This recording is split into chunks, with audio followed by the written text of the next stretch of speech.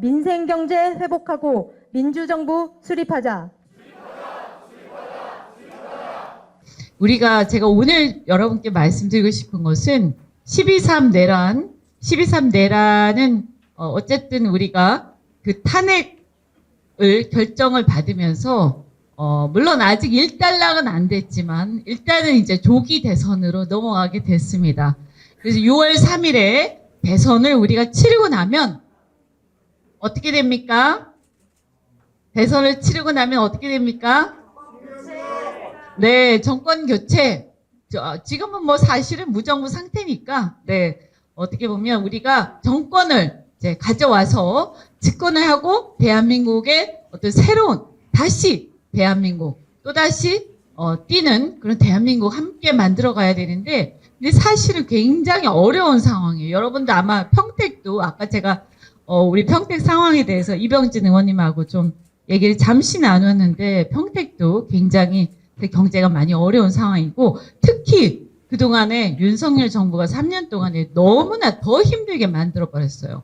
근데 여하튼 간에 우리가 집권을 하면 다시 이것을 다시 끌어올려야 된다. 올해 경제 성장률이 1%대로 또는 0몇 %대로 내려갈지도 모른다라는 얘기를 많이 하지 않습니까? 근데 우리가 이제는 이 지역뿐만이 아니라 대한민국의 경제 성장 동력을 올려야 그래야 아이들도 우리가 정말 사랑하는 우리 아이들도 미래에 대해서 꿈을 갖고 비전을 갖고 우리도 이게 미래에 대해서 좀 뭔가 비전을 가지고 살지 않겠습니까?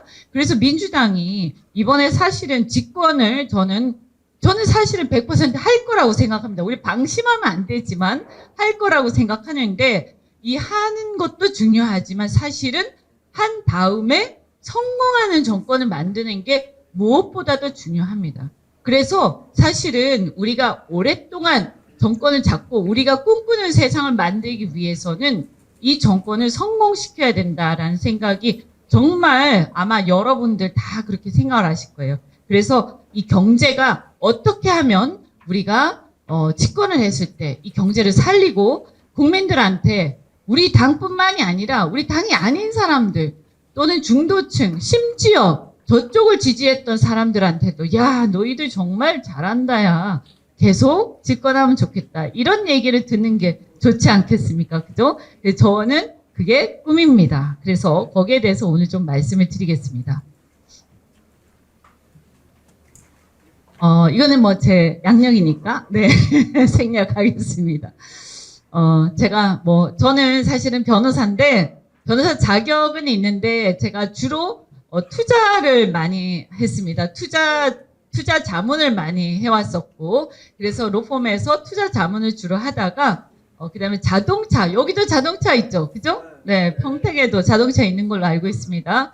그래서 자동차 회사, 여기 있는 자동차 회사는 좀 다른 회사지만, 다른 자동차 회사에 있었고, 그 다음에 이제 에너지 회사에 있다가, 그 다음에 정치를 시작을 했습니다. 정치 시작하면서 우리 이병진 의원님하고 같이 지금 산자위에 있습니다. 주로 산자위, 기재위 이런 쪽이 많이 있었는데요. 제가 근데 하도 정치 투쟁을 잘하니까 잘하나요? 네, 제가 잘 싸우죠, 그죠?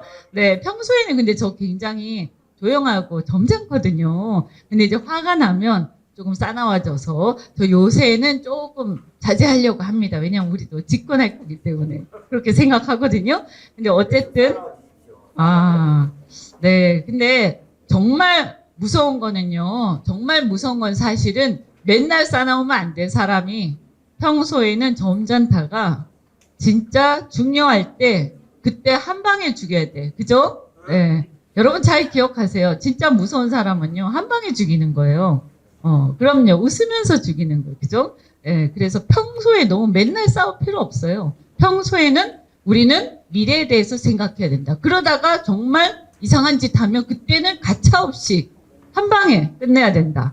이게 여러분께 말씀드리고 싶은 건데 오늘은 싸우는 얘기를 하러 온 게 아니고요. 미래에 대한 얘기를 좀 하러 왔습니다. 자, 이것을 보시면요. 이게 뭐냐? 민주주의 지수와 1인당 GDP입니다. 민주주의 지수가 높은 나라가 1인당 GDP도 높습니다. 다시 말해서 1인당 GDP가 높은 나라가 민주주의 지수도 높습니다. 여러분 한번 생각해 보세요. 옛날엔 나치, 우리 2차 대전 한번 생각을 해보세요. 영화를 많이 보셨을 테니까 그 나치가 등장하기 전에 독일에서 이게 나치가 등장하게 된 배경에 대해서 혹시 알고 계시나요? 가르쳐 주세요. 네.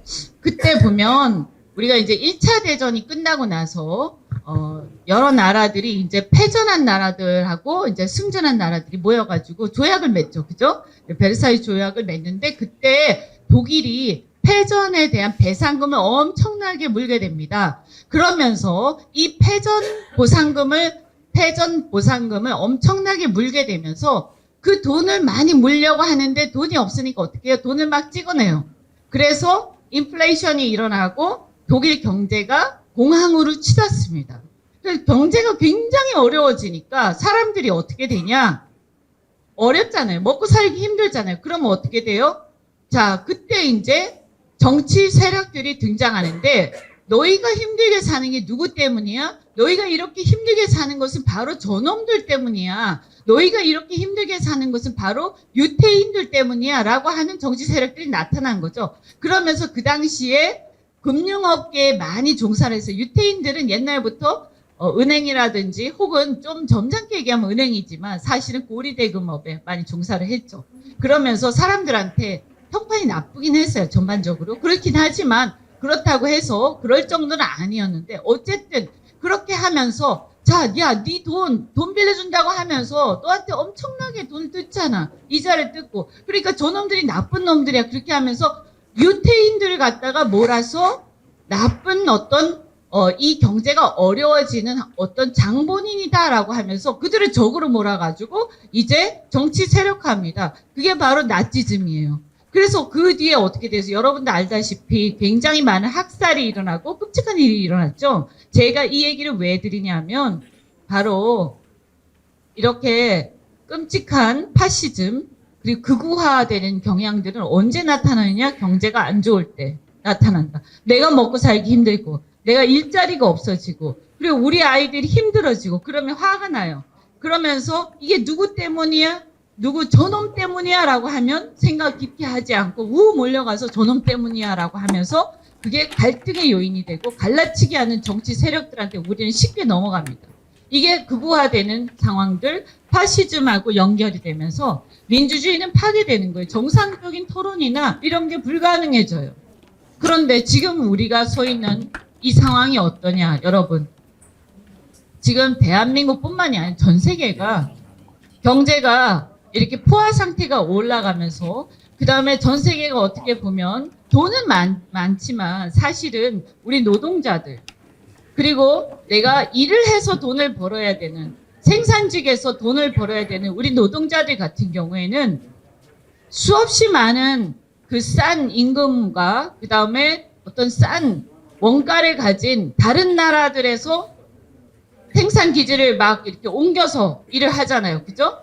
그래서 우리나라도 마찬가지죠. 처음에 중국이 싸잖아요. 그러니까 다 중국으로 몰려가. 그래서 일자리가 줄어들어요. 그죠? 그 다음에 또 다른 동남아에 싼 일자리가 많으니까 그리고 또 다 몰려갈 자본이. 그래서 일자리가 줄어들어요. 난 힘들어요. 그렇게 해서 일자리가 줄어들고 실직이 늘어나고 그래서 힘들어지니까 사람들은 그러면 사실은 새로운 일자리를 만들어내고 정부는 새로운 일자리를 만들어내고 새로운 성장 동력을 생각해내고 그렇게 해서 우리 노동자들이 노동 전환을 해내고 또 젊은 사람들은 젊은 사람들대로 새로운 일자리를 생각해내고 그것을 만들어지는 그 새로운 일자리에 옮겨가야 되는데 그것을 정부가 소홀히 하게 되면 이 사람들이 갈 곳이 없는 거예요. 그러면서 이제는 분노가 일어나기 시작합니다. 그래서 특히 20, 30대의 젊은 사람들을 중심으로 해서 외부의 어떤 세력들을 배척하기 시작하고요. 특히 중국이라든가 아시아에 의존하게 되면서 미국의 그 소위 말해서 러스트벨트에 있는 많은 노동자들이 일자리를 잃게 되니까 이들이 이제 분노해서 오큐파이 월스트리트라는 그런 사건을 일으키고 그들을 갖다가 부추기고 선동해서 정치 권력을 잡는 게 바로 트럼프였죠. 어찌 되었든 간에 그런 과정에서 폭력적인 상황이 벌어진다는 거예요. 근데 제 얘기는 이게 바로 민주주의가 파괴되는 과정인데 우리가요 정말 진정하게 이 문제를 해결하려면 어떻게 해야 되느냐. 사실 이런 문제가 진짜 해결이 되려면 성장 동력을 찾아야 돼요. 성장을 해야 되는 거예요.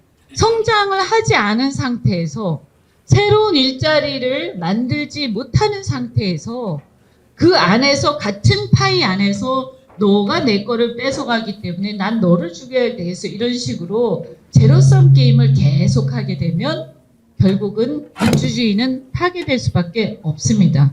그래서 민주주의야말로 경제성장, 지속적인 경제성장을 해야만 우리는 민주주의를 지킬 수 있다. 그래서 민주당이 갑자기 경제성장을 얘기하니까 사람들이 어떻게 생각하냐. 아, 너희들이 경제성장 얘기하는 거는 선거 때 표 얻으려고 하는 거다. 이렇게 생각들을 많이 하세요. 근데 아니에요. 우리가 선거 때 표를 얻는 것은 결과예요. 우리가 성장을 얘기를 하다 보니까 국민들이 거기에 호응해서 우리가 표를 결과적으로 얻게 되는 것이지 우리는 단지 표를 얻기 위해서 거짓말을 하는 게 아닙니다.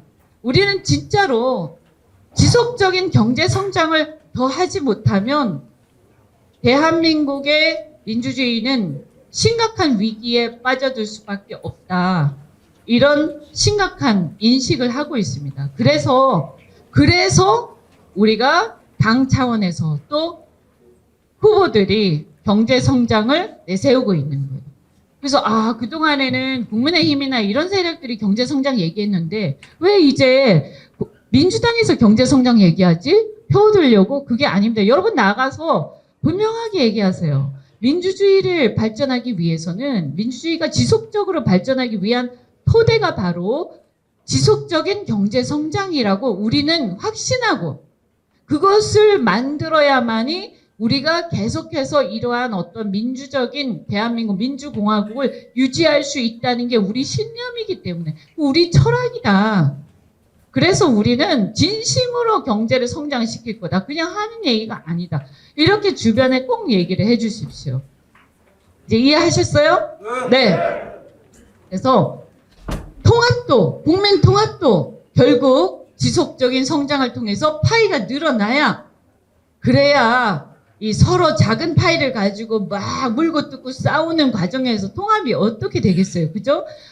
여성이 막 일자리를 많이 갖기 시작하고 그 다음에 젊은 여성들이 이제 채용 시험을 보는데 남성들 못지않게 잘하고 어떨 경우에는 젊은 여성들이 더 잘하고 이러니까 남성들이 이제는 저 사람들이 내가 서로 같이 이렇게 연애도 하고 정말 사랑하는 그런 대상이라기보다는 여학생들이 나 경쟁 대상인 거예요. 어떤 경우에는 나는 군대까지 가는데 쟤들은 군대도 안 가. 그러니까 특권까지 있는 것 같아. 그러니까 참을 수가 없어. 이래서 싸우는 거잖아요. 그죠? 그래서 남녀가 계속 싸우게 되는 거 아닙니까? 그 다음에 이 연령대의 어떤 세대 격차도 마찬가지예요. 아니 지금은 고령화가 돼가지고 우리가 70대만 돼도 아주 정정하시지 않습니까? 그죠? 60대는 더더욱 정정하시죠. 65세 정도 되시면 저는 이렇게 툭 보면 한 50대 초반 정도로 보입니다. 잘 모르겠어요. 그죠? 네, 너무너무 멋있어요. 그런데 60대 중반쯤 되면 퇴직하셔야 되잖아요. 심지어 어떤 경우는 60대 초반에. 그런데 그분들이 퇴직하고 나서 가서 일할 곳이 없잖아요. 그죠? 그러면 이분들이 정년을 좀 연장을 하자. 왜냐하면 그 노하우를 갖다 같이 써야 되는데 나도 가서 일을 하고 그리고 일을 해서 돈을 벌어야 소비를 하고 소비가 되어야 경제가 발전하니까 정년을 연장하자라고 했는데 젊은 사람들이 보니까 야 나도 이 취직이 안 되는데 왜 저 사람들이 안 비키고 계속 머물러 이렇게 해서 막 싸우죠. 그런데 그렇게 비난하는 이면에는 뭐가 있어요? 파이가 줄어든다는 위기감이 있는 거예요. 그래서 지속적인 경제 성장이 너무너무 중요하다.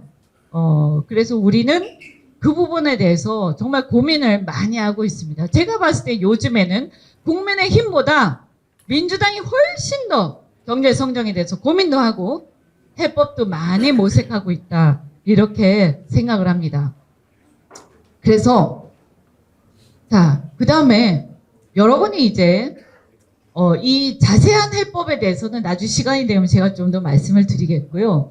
일단 여러분 이제 대선에서 우리가 이겨야 되잖아요. 그죠? 근데 여기는 평택을은 약간 도농복합 지역이죠. 그죠? 네. 그래서 제가 보니까 왔다 갔다, 아니, 어떻게 보면, 우리가 좀 힘든 곳입니다. 우리 이병진 의원님이 이렇게 힘든 곳에서, 이렇게, 잘 당선되신 거 진짜 대단하시다고 저는 생각하는데, 여러분 박수 한번 쳐주세요. 네. 제가 여기를 잘은 모르지만, 언뜻 보면, 시골이 훨씬 더 많은 것 같아요. 그죠? 네, 네. 그래서 갑하고 병하고 완전히 다른 곳이다. 이렇게 생각하는데, 그래서 이렇게 시골이면 시골일수록 또 어르신들이 많이 사시고, 어르신들 오랫동안 그 지역에서 사셨던 원주민 사회, 그리고 그런 어르신들은 대개 보면, 그죠? 보수적이세요. 그죠? 그래서 민주당을, 어디다 가셨습니까? 아, 그래서 이건 이제 다음에는 되게 쉽게 이제 되시겠네요. 어쨌든, 그래서 이런 곳에서는 그러면 뭐가 중요하냐? 자, 우리가요, 이런 곳에서 이제 선거 전략을 할 때, 우리가 대선에서 얘기를 할 때, 저는 이제 제가 오늘도 저녁 때 구미로 가고, 또 내일 포항을 가고 할 건데요. 우리가 이제 선거 전략 면에서 영남 지역에서의 선거하고 그 다음에 우리가 좀 유리한 지역에서의 선거 전략은 좀 다릅니다. 그래서 제가 주로 영남 지역의 선거 그 운동을 많이 하겠다 이렇게 하고 또 지난번에 거제에서 보궐선거 제가 통과를 했었는데요. 그런 지역에서의 선거는 우리가 거기 가가지고 거기는 일단 딱 가면 국민의힘을 지지하거나 지지했던 사람들이 되게 많아요. 그죠? 그러면 여러분 주위에도 꽤 있을 거예요. 그죠? 그러면 그런 곳에서는 너무 그 사람들을 막 비난하고 이렇게 하면 어떻게 돼요? 그러면 아 진짜 국민의힘 한심하다. 이번에 민주당 찍을까? 하다가 그죠? 그렇게 생각하다가 너무 막 심하게 막 욕을 하는 거야. 그러면 갑자기 화가 나는 거야. 왜냐면 그 사람 옛날에 국민의힘 지지했었거든. 그죠? 그래 화가 막 나면서 야 니네는 잘한 게 뭐 있어 이래 싸우기 시작하는 거야. 그러면 표가 돼요? 안 돼요? 안 되죠. 그렇게 하시면 안 되고요. 그런 경우에는 이런 지역에서는 영남 지역도 마찬가지고요. 여러분과 그분들의 공통점이 뭐예요? 공통점. 정치적 이념이나 노선은 좀 다를 수가 있어요. 그리고 이재명 후보를 좋아하냐, 제가 지금 누구를 얘기하면 안 되는데, 죄송해요. 어쨌든, 또는 윤석열을 싫어하냐, 아니냐, 이런 얘기를 하면 이게 잘 안 돼요. 그게 아니라, 야, 요새 살기 힘들지 않냐? 경제가 정말 어렵지 않냐? 그런데 우리가 경제를 성장시키기 위해서 우리 당이 이런 걸 하는 거야. 그런데, 우리 당이 이런 거 진짜 할 것 같아. 그러면서 그런 거 하나씩 보내주시고 그 사람이 관심 있는 분야 예를 들어서 여기 산단이 많지 않습니까? 또 반도체도 있고 그 다음에 자동차도 있고 그 다음에 협력업체들도 많잖아요. 그죠? 그러면 이런 산업 생태계를 살리기 위해서 민주당은 이렇게 노력하고 있어. 이런 것들을 얘기하시고 우린 진짜 민주주의 토대가 바로 경제 성장이라고 생각해. 라는 걸 여러분이 진심으로 얘기를 해주세요. 그렇게 얘기를 하다 보면 공통점이 생기고 그거는 서로가 아무리 당이 서로 다르거나 옛날에 지지를 다른 당을 했었다 하더라도 지금은 관심이 있을 거예요. 그러면 야 솔직히 얘기해서 민주당이 이번에 집권할 가능성이 높지 않아? 그러면 뭐라고 얘기할까요? 그렇게 얘기할 거예요. 아 맞아. 그래 민주당이 집권할 가능성이 좀 더 높아 라고 인정할 거예요. 그러면 민주당이 집권할 가능성이 높잖아. 그런데 우리 평택에서 민주당의 표가 조금이라도 더 나와야 우리 평택에 뭐가 좀 더 되지 않겠어? 평택에서 민주당이 만약에 지면 그럼 이 지역 발전이 되겠어? 라고 하면서 이 평택에 이해관계가 있는 사람들한테 어차피 국힘 이번에 바보 같고 좀 한심하지 않냐. 그러면 누가 좋고 나쁘고를 떠나서 네가 여기 살고 있고 여기서 사업을 하고 있고 여기서 일을 하고 있는데 이 평택이 잘 돼야 되지 않냐. 그리고 경기도가 잘 돼야 되지 않냐. 그런데 이게 잘 되려면 여기서 민주당이 어차피 될 가능성이 높은데 민주당 표가 많이 나와야지. 여기 유력한 후보표가 많이 나와줘야지. 그러니까 네가 누구를 꼭 찍어야겠다. 난 이 사람 너무너무 좋아서 이 사람 아니면 안 돼. 하는 거 아니면 지역을 위해서 평택을 위해서 우리 민주당 후보를 찍어줘 라고 한번 설득을 해보세요. 그죠? 그래서 사실은요, 시장이 바로 민심이에요. 시장에서 우리가 물건을 팔 때 그 물건이 잘 팔리잖아요. 그럼 그게 민심이에요. 우리가 밖에 나가가지고 사람들한테 얘기할 때 그게 물건을 파는 거하고 비슷한 거예요. 그죠? 그런데 그 물건을 한 번도 안 사본 사람이 있어. 다른 브랜드만 계속 사가지고 다른 브랜드만 써봤단 말이에요. 그래서 자기는 그 브랜드가 제일 좋은 줄 알고 있어. 그런데 우리는 새로운 브랜드를 그 사람한테 팔아야 돼. 그러면 어떻게 해야 돼요? 그죠? 여러분 영업 많이 해보셨잖아요. 어떻게 해야 돼요? 그러면 야, 이 브랜드 너 한 번도 안 써봤지? 근데 이번에는 이거 좀 네가 원래 쓰던 거 좀 실망해가지고 아니라고 생각하잖아. 그 사고 쳤잖아, 그 회사가. 그러니까 이번에 한번 바꿔봐, 브랜드를. 요거 한 번만 써봐. 네가 이걸 써가지고 이게 좀 잘 팔리고 이렇게 해서 우리 동네에서 이게 좀 잘 팔리고 그러면 이 회사가 우리 동네에 대해서 좀 더 좋은 뭔가를 하지 않겠냐. 봉사도 하고. 그죠? 그래서 브랜드를, 새로운 브랜드를 판다고 생각하고 여러분이 있잖아요. 중간 한 번도 민주당을 찍지 않았거나 아니면 그동안 정치에 좀 무관심했던 사람들한테 우리 민주당을 찍게 만드는 그 방법 중에 하나가 뭐냐면 어떤 다른 브랜드를 계속 쓰고 있던 사람이 그거에 실망해가지고 이제 안 쓸 때 우리가 새로운 제품을 파는 영업맨의 마인드로 여러분은 접근하셔야 돼.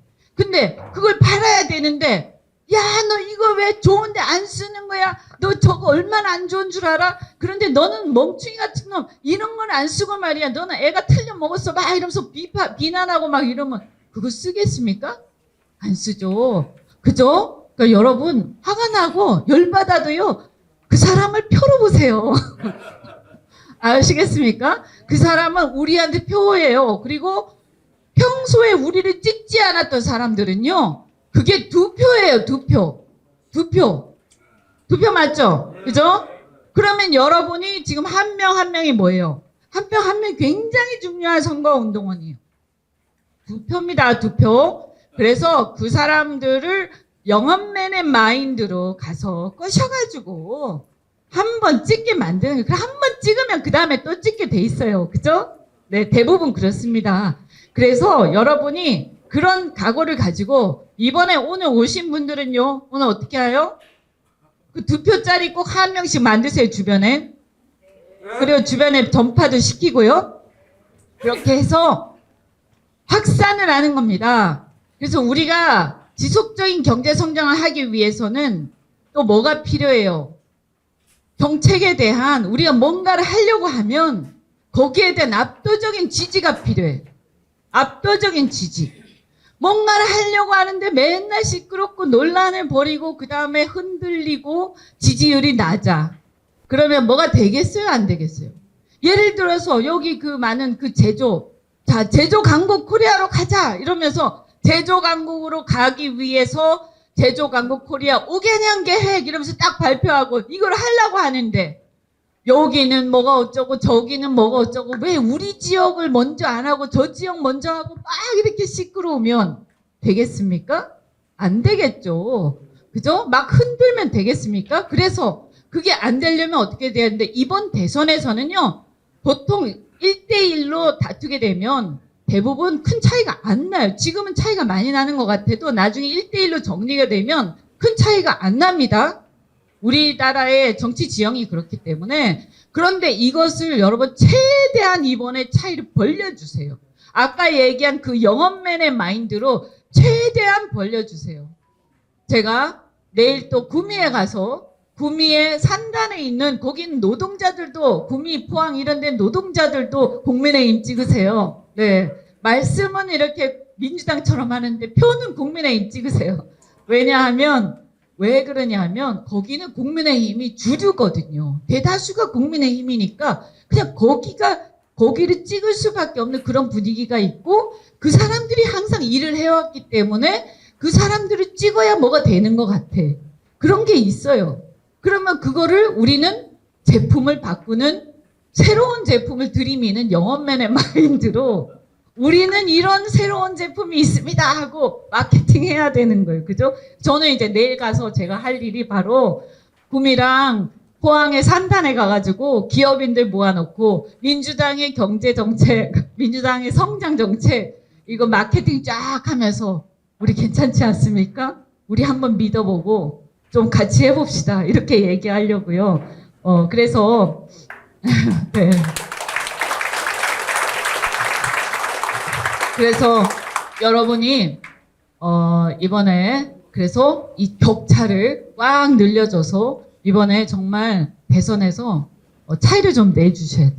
그래서 이길 건데 이렇게 생각하시면 안 됩니다. 여러분이 영업맨입니다. 영업 전선에 있습니다. 네. 그래서 이제 뭐 대충 한 가지만 제가 말씀드리겠습니다. 그동안에 우리는 국가가 어떻게 그 산업에 대해서 지원을 해왔냐. 성장을 하기 위해서는 사실은 기업만 가지고는 어렵죠. 그죠? 지금 보면 트럼프가 온갖 관세에 대한 압박을 하고 있는데 기업 너 혼자 가서 알아서 살아남아. 그 다음에 그죠? 노동자들은 알아서 살아남아. 기업은 기업대로 그럼 제일 싼 곳에 가서 제일 싼 임금으로 생산을 하고. 그러면 나라는 나라대로 그냥 팔짱 끼면서 회사는 알아서 살아남아. 이렇게 되면 그게 되겠습니까? 그래서 지금은 어떤 시대냐, 여러분? 지금은요, 전 세계가 생존 경쟁의 전쟁 속에 있는 거예요, 지금은. 그리고 전 세계가 옛날에는 자유무역 시대에서 각자 도생, 그냥 각자 노동자는 노동자대로, 기업은 기업대로, 정부는 정부대로 이렇게 뛰었다면, 이제는 국가별로 뛰는 거예요, 국가별로. 그래서 국가별로 우리나라, 그리고 우리 산업, 그리고 우리 노동자, 우리 기업, 우리 정부, 이렇게 되는 거예요.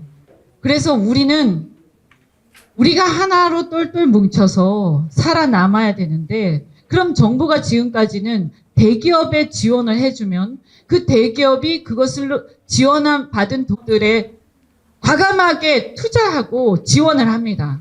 하지만 그 지원을 대기업한테만 해서 그것이 낙수효과로 다 알아서 뿌려지게 우리가 방치하고 하는 게 아니라 산업 생태계에 하는 거예요. 산업 생태계. 그래서 어떤 특정 기업에 하는 게 아니라 삼성전자와 그 삼성전자의 협력업체 삼성전자에 설계하는 연구 인력들, 그리고 연구 회사들, 그리고 그 노동자들 전부 다 이 뭉뚱그려서 하나의 거대한 선단, 우리나라의 반도체, 삼성전자가 맨 앞에 있긴 하지만 그 반도체 산업 생태계에 국가는 지원을 하고, 그리고 그 기업은 국가의 지원을 받은, 투자를 받은 만큼 기업도 책임감을 가지고 협력업체와 노동자와 같이 함께 운명을 같이 하는 거예요. 우리 망하면 다 같이 망하는 거예요. 공동화가 되면 다 같이 공동화가 돼서 다 같이 죽는 거예요. 지금은 이런 시대에 우리가 왔습니다. 그래서 저도 내일 가서 구미 가서 LIG 넥스원 또 포항 가서 제철소 가고 다 하지만 우리가 이제는 특히 민주당이 생각하는 산업정책은 혼자 살아남는 게 아니라 정부가 정말 최선을 다해서 기업을 도와줄 때 그 기업 하나만 도와주는 게 아니라 우리 산업 생태계와 함께 간다. 그리고 우리는 기업, 정부, 그리고 노동자, 또 협력업체 모두가 한 몸이다.